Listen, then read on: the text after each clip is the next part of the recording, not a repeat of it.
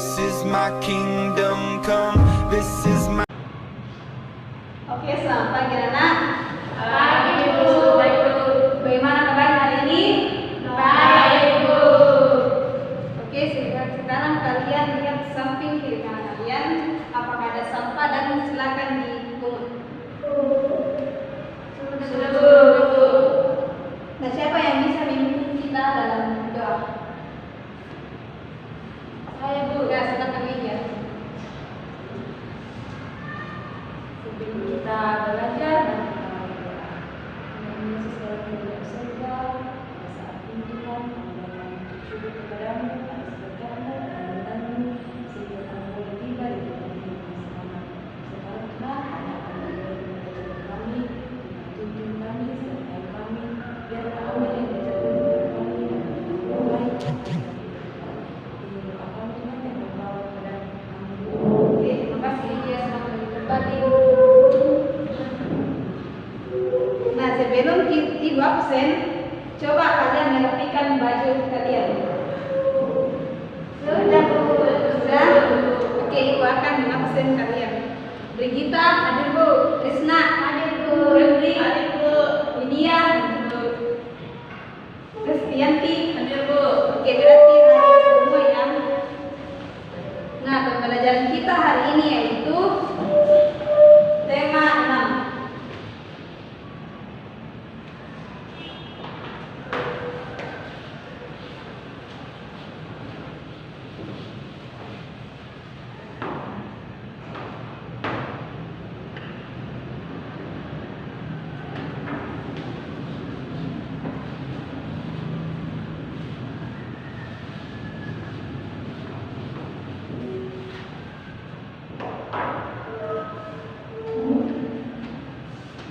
Yaitu tema 6 yaitu cita-citaku. Subtema 2 hebatnya cita-citaku.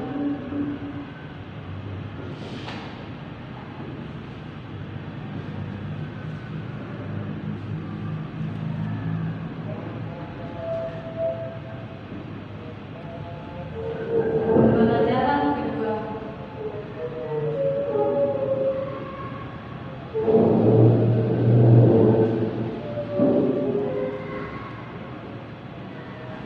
Nah, sebelum kita masuk ke dalam materi kita, Ibu akan menuliskan di papan tujuan pembelajaran kita dan silakan dicatat.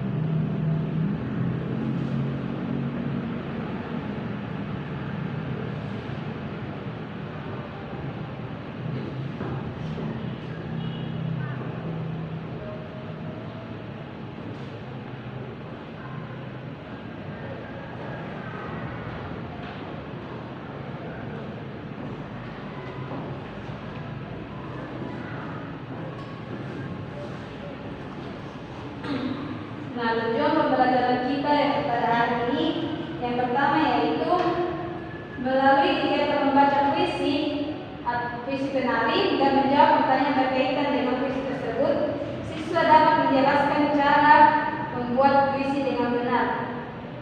Kemudian yang kedua, melalui kegiatan mencari informasi tentang beberapa gerakan tari daerah, siswa dapat mengetahui dan menjelaskan gerakan tari kreasi dengan benar.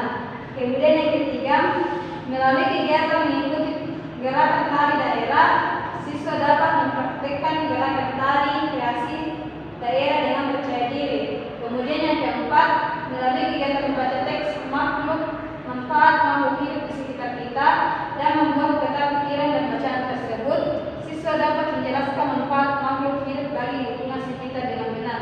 Kemudian yang terakhir yaitu melalui kegiatan mengamati lingkungan di sekitarnya, siswa memaparkan hasil pengamatan tentang manfaat makhluk hidup dengan benar. Oke, kita langsung saja masuk ke materi. Pertama kita akan membahas bahasa Indonesia. Puisi. Pengertian puisi yaitu salah satu genre sastra yang menggunakan kata-kata yang estetis dan berirama.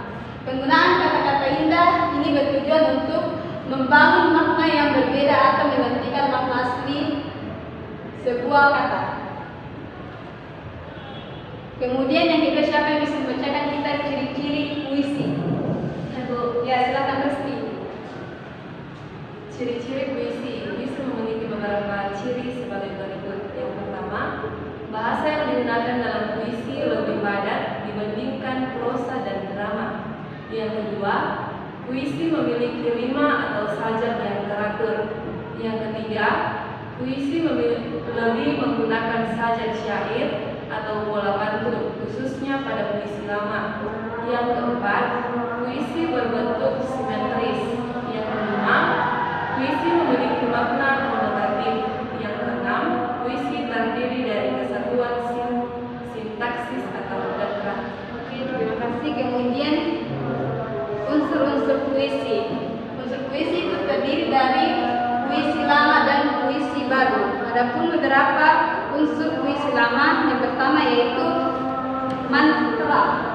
Mantra merupakan ucapan kata-kata yang dipercaya dapat mendatangkan kekuatan magis yang biasanya diucapkan pada cara tertentu. Misalnya adalah mantra yang diucapkan untuk menolak atau mendatangkan hujan. Kemudian yang kedua yaitu pantun. Pantun merupakan puisi lama yang terdiri dari 4 baris dengan rima berakhir AB. Pantun juga biasa disebut sebagai bahasa sindiran. Pantun dibedakan berdasarkan jenisnya yaitu pantun anak-anak, pantun teka-teki, pantun orang tua, pantun remaja dan pantun teka-teki. Kemudian seloko. Seloko merupakan pantun yang berasal dari Melayu klasik. Selako biasanya berisi tentang pepatah. Kemudian gurindam. Gurindam merupakan puisi lama yang terdiri dari 2 bait, yang tiap baitnya terdiri dari 2 baris kalimat dengan rima yang sama. Gurindam ini biasanya mengandung amanat. Kemudian karmina. Karmina merupakan puisi lama yang berbentuk seperti prosa dan lebih pendek dari pantun. Karmina sering disebut juga sebagai pantun kilat karena bentuknya yang sangat pendek. Kemudian talibun. Talibun merupakan puisi lama berupa pantun yang memiliki lebih dari 4 baris dengan rima ABC. Kemudian syair. Syair merupakan puisi lama yang terdiri dari 4 baris berakhiran serupa. Syair umumnya mengisahkan sebuah cerita yang di dalamnya terkandung amanat dari penyairnya. Kemudian puisi baru yang terdiri dari himne. Himne merupakan sejenis nyanyian pujian yang ditujukan untuk Tuhan atau dewa ataupun segala sesuatu yang dianggap suci atau sakral. Kemudian balada. Balada merupakan puisi sederhana yang berkisah mengenai cerita rakyat yang mengharukan. Balada biasanya berbentuk dialog atau disajikan dalam bentuk Kemudian syair pujian. Ode merupakan puisian mengenai sanjungan terhadap orang yang berjasa. Ode dibaca dalam nada yang agung dan memiliki tema yang serius. Biasanya ode ditujukan pada orang tua, pahlawan, dan tokoh-tokoh besar. Agar kalian tidak mengantuk, ibu akan menyuruh kalian untuk membaca materinya. Mulai dari Rizky. Yang mana Bu? Yang romansa. Romansa merupakan puisi cerita yang mengungkapkan luasan perasaan cinta kasih. Puisi romansa ini menimbulkan efek romantis saat dibacakan. Kemudian Lydia. Yang kedua, Epiragma. Epiragma merupakan puisi mengenai ajaran dan tuntunan dalam menjalani hidup. Epigram sendiri memiliki arti untuk pengajaran nasihat petunjuk ke arah kebenaran yang dijadikan pedoman hidup. Kemudian Juliari. Ketiga, elegi. Elegi merupakan syair atau nyanyian berupa ratapan dan ungkapan duka cita, terutama pada peristiwa kematian. Kemudian satir. Satir merupakan puisi bergaya bahasa sindiran atau kritik yang disampaikan dalam bentuk sarkasme, ironi, atau parodi. Kemudian Rinta. Distigon merupakan puisi yang masing-masing baitnya terdiri dari 2 baris atau 2 seuntai. Dan untuk selebihnya itu yang akan membacakan. Kemudian Persina. Persina merupakan puisi yang masing-masing baitnya terdiri dari 3 baris atau 3 seuntai. Kemudian Kotor merupakan puisi yang masing-masing baitnya terdiri dari 4 baris atau 4 seuntai. Kemudian Sonet.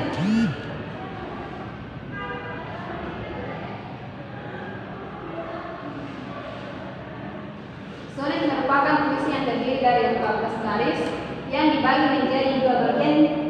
2 umpahan pertama dalam soneta memiliki 4 baris, sedangkan 3 baris soneta ini merupakan jenis puisi baru yang paling terkenal karena paling susah dibuat dan membuat para penyair tertantang untuk membuatnya.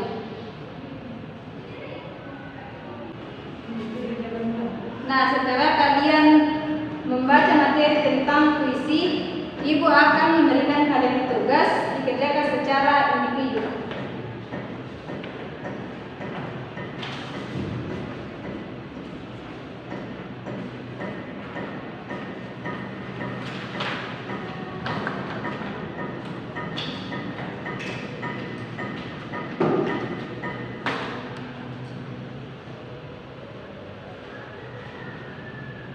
Silakan dikerjain, ibu memberikan kalian waktu 5 menit.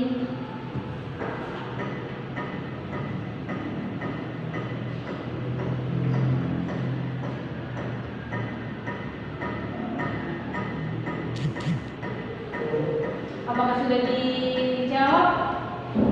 Belum. Oke, silakan dikerjakan.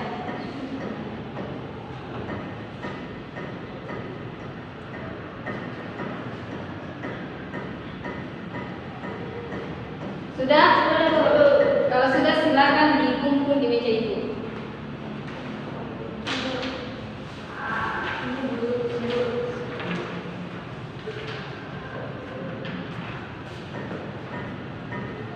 Oke, kalau sudah, ada yang ingin ditanyakan sehubungan dengan materi kita tadi? Tidak, Bu. Oke, kalau tidak ada, kita ke pelajaran yang kedua yaitu seni budaya. Nah, ada pun pengertian seni tari, yaitu suatu gerakan semua bagian tubuh atau hanya sebagian saja yang dilakukan dengan ritmis serta pada waktu tertentu untuk mengungkapkan pikiran, perasaan, dan tujuan dengan iringan musik atau tanpa iringan musik. Nah, unsur-unsur utama seni tari yang pertama yaitu wiraga atau raga. Unsur wiraga atau unsur rasa adalah unsur tari yang memperlihatkan gerakan-gerakan meloncat, duduk, berdiri, dan lain-lain. Unsur gerakan menjadi unsur utama dari unsur tari karena sebuah tarian pasti akan memiliki gerakan-gerakan yang penuh dengan makna. Kemudian yang kedua yaitu irama atau irama. Adanya irama dalam seni tari berasal dari musik yang dimainkan oleh para pengiring. Seorang penari atau sekelompok penari harus mampu menyatukan gerakan tari dengan irama musik yang dimainkan oleh para pengiring musik. Kemudian irama atau rasa. Unsur utama yang harus ada di dalam tari yang terakhir adalah unsur wirasa atau unsur rasa. Sebuah tarian yang hanya ditampilkan begitu saja tanpa adanya sebuah rasa, maka setiap gerakan tariannya akan kurang menyentuh perasaan penonton. Kemudian yang terakhir yaitu fungsi seni tari. Yang pertama yaitu pertunjukan kesenian. Seni tari sangat berfungsi sebagai pertunjukan dari pagelaran kesenian, terutama kesenian daerah. Dengan adanya pentas tari membuat masyarakat mengetahui keindahan dari setiap gerakan tari. Kemudian yang kedua yaitu sebagai sarana upacara adat. Fungsi dari seni tari berikutnya adalah sarana upacara adat. Kemudian yang ketiga yaitu hiburan. Penonton dari suatu pementasan seni tari pasti ingin mendapatkan makna dari tarian sekaligus membuat dirinya terhibur. Maka dari itu, seni tari berfungsi sebagai sarana hiburan, baik itu oleh para pecinta seni tari atau masyarakat awam. Kemudian yang terakhir yaitu pergaulan. Fungsi terakhir dari seni tari adalah sebagai pergaulan antara individu yang satu dengan individu lainnya. Atau dengan kata lain, seni tari dapat meningkatkan hubungan sosial, baik itu dengan sesama penari atau orang-orang yang membantu kesuksesan dalam suatu pementasan. Agar kalian jadi mengerti lagi tentang tari, Ibu akan menampilkan video tentang nama-nama tari dan asal tari.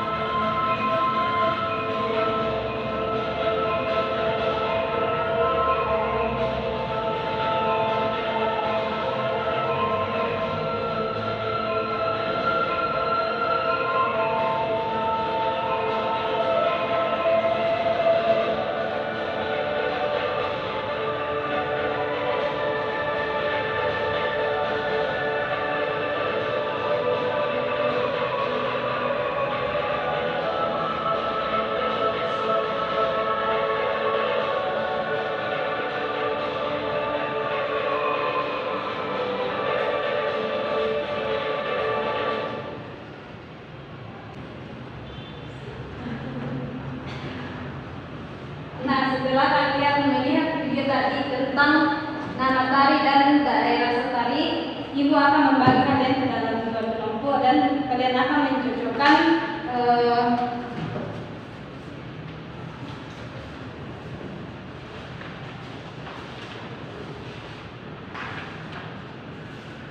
misalkan kalian di sini, bagian di sini ini tarik tepung, kalian cocokkan dengan gambar yang di atas. Mengerti? Ngerti, Bu.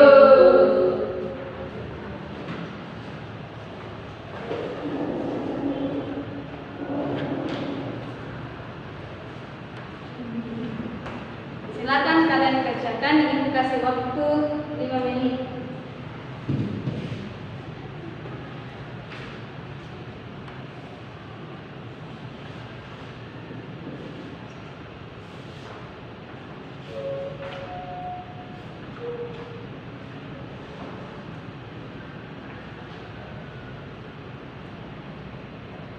Apakah sudah selesai? Nah, salah satu dari kelompok kalian maju ke depan dan memperlihatkan hasil jawaban kalian. Salah satu dari perwakilan. Harisna.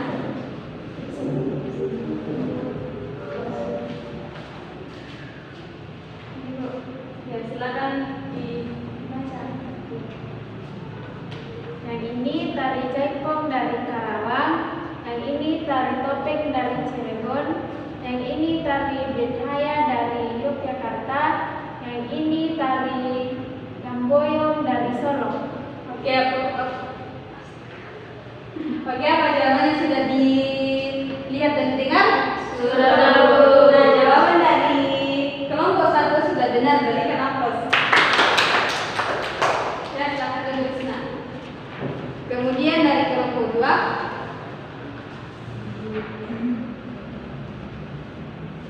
Yang pertama yaitu tari pendek dari Bali. Yang kedua tari piring dari Sumatera. Kemudian gambar yang ketiga tari remo dari Jawa Timur. Kemudian yang keempat tari saman dari Aceh. apakah jawaban dari kelompok 2 sudah benar? Benar. Berikan aplaus. Itulah materi kita tentang seni budaya. Ada yang ingin ditanyakan? Tidak. Kalau begitu kita ke materi selanjutnya yaitu IPA.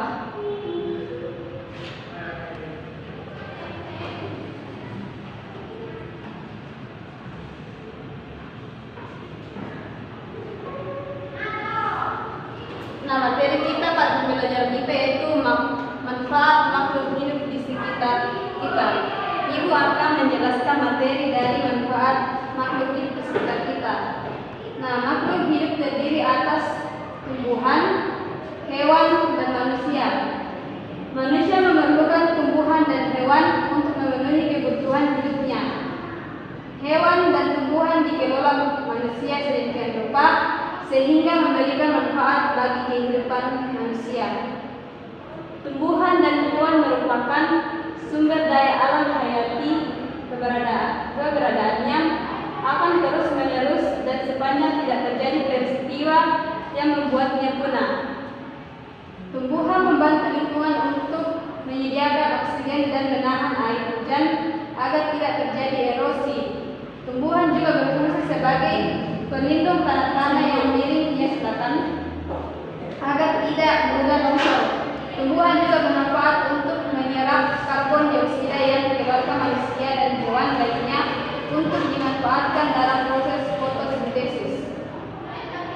Nah, Ibu akan memberikan kalian tugas yang akan dikerjakan secara berkelompok.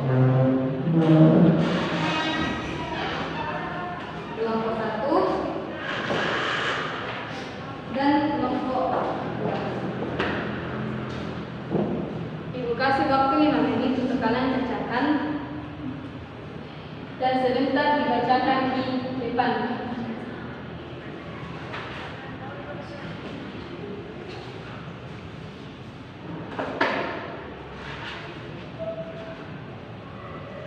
Sudah? Sudah. Silakan maju ke depan untuk mempresentasikan hasil diskusinya. Kelompok 1.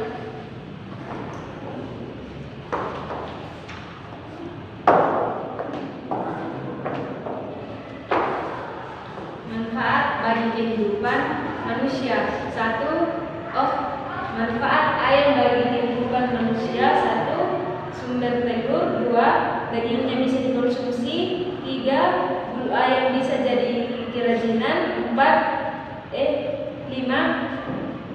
5. Kotoran ayam bisa jadi pupuk dan bisa jadi bisnis sampingan. Apa jawaban dari 5 peserta sudah benar? Berikan aplaus. Kemudian dari kelompok 2 silakan. Ini adalah gambar tomat. Manfaat tomat bagi kehidupan manusia yang pertama, mencegah kanker. Yang kedua, melancarkan pencernaan. Yang ketiga, menjaga kesehatan mata. Yang keempat, menurunkan dan mengontrol tekanan darah. Yang kelima, menstabilkan suasana hati. Yang keenam, melancarkan pencernaan. Yang ketujuh, mengontrol kadar gula darah. Ya, jawaban dari kelompok 2 sudah benar. Berikan aplaus. Nah, demikian pembelajaran kita hari ini. Adakah yang ingin ditanyakan? Ya, berarti sudah mengerti semua ya. Nah, untuk lebih menambah lagi wawasan kalian, Ibu akan memberikan kalian tugas yang akan dikerjakan di rumah. Silakan ditulis. Silakan kalian membuat kolom.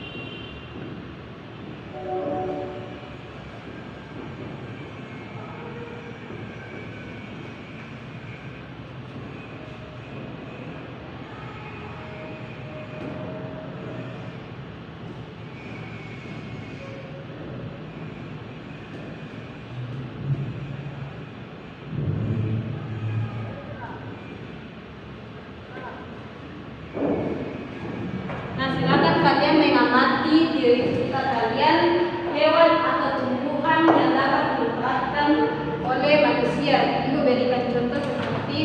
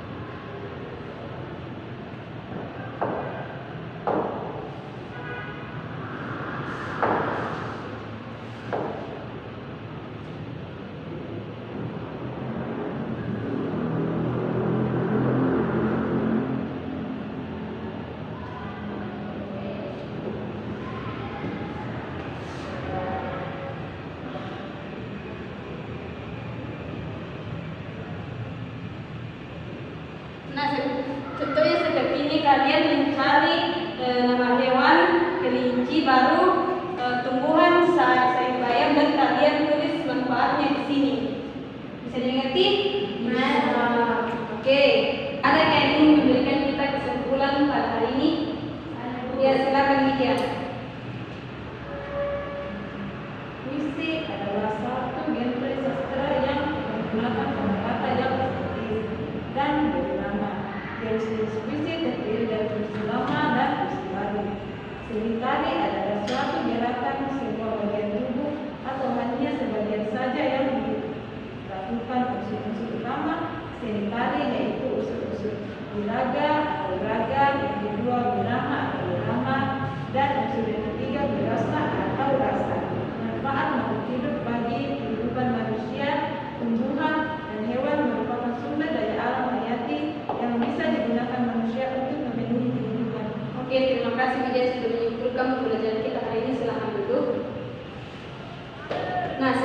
kita pulang ke rumah kita masing-masing, ada yang ini memimpin kita dalam doa. Saya dulu, ya silakan kita. Oke, terima kasih kita.